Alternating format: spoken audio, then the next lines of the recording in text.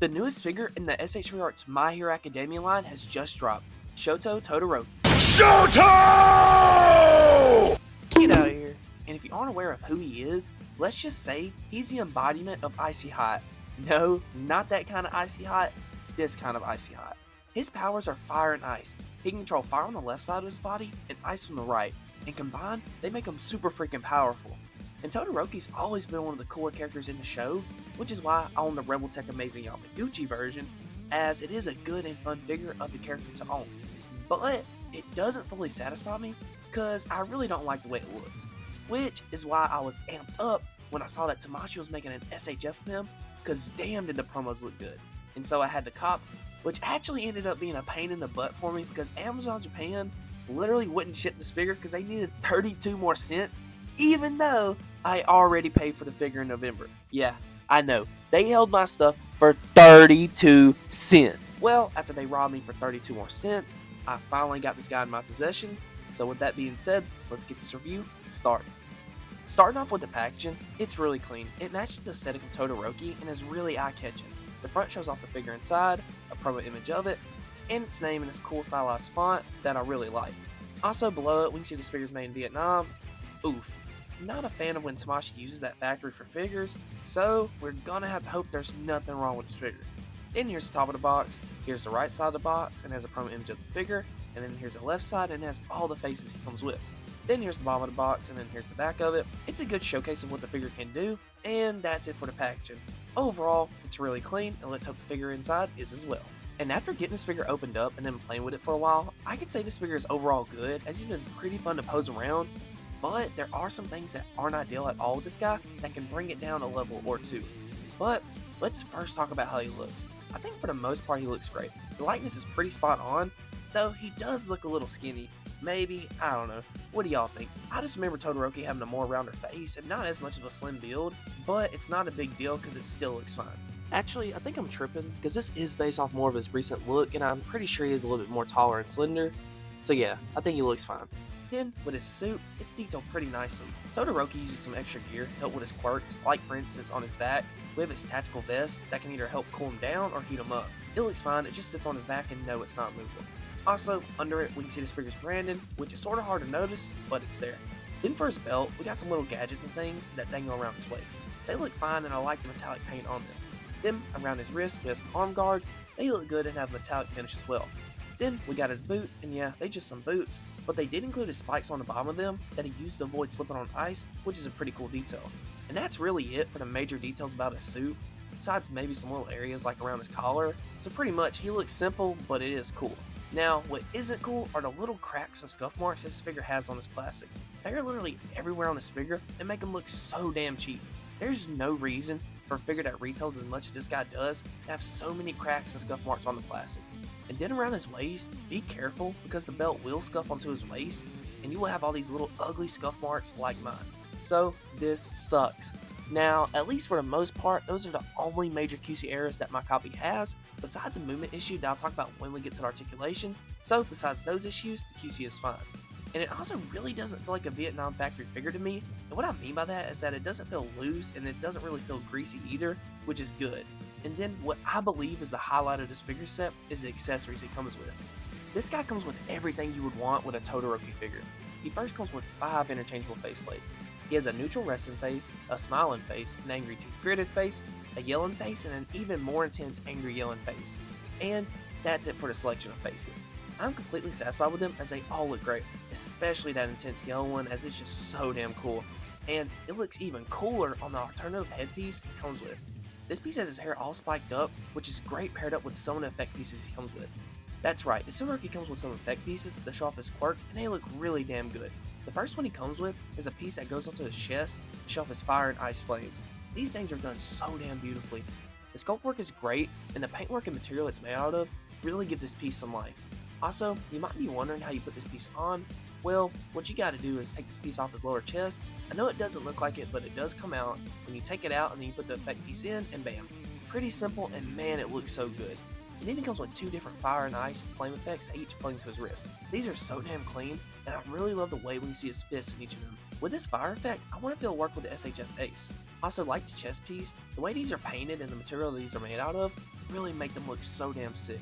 And with these effects, I like that the plastic isn't crazy hard and has some give to it. It makes it less of a pain in the butt when trying to put them into the wrist.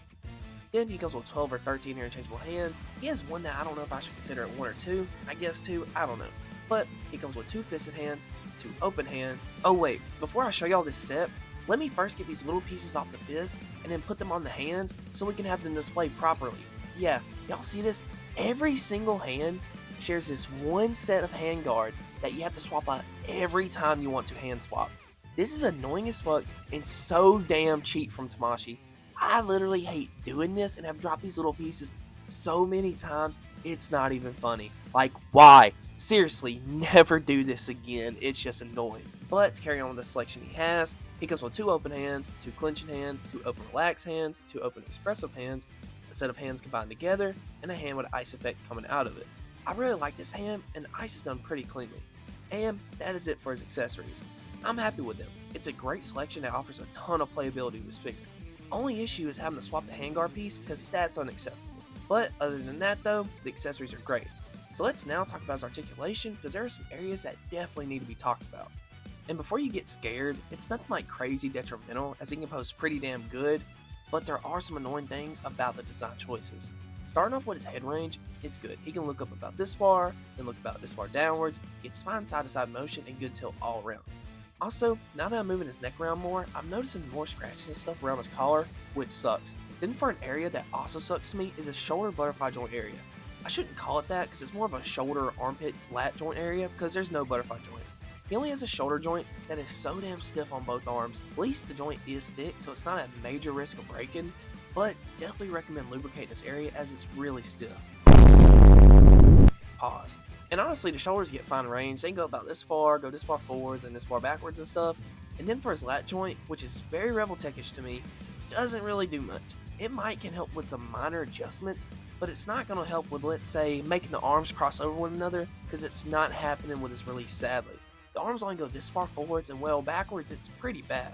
Then he has a bicep swivel, double jointed elbows, and wrist articulation that moves fine, but it is hindered slightly because of his bracing. Then for his upper diaphragm articulation, it works, but you won't get anything crazy with it, as it doesn't crunch far forwards or backwards and doesn't get that much tilt.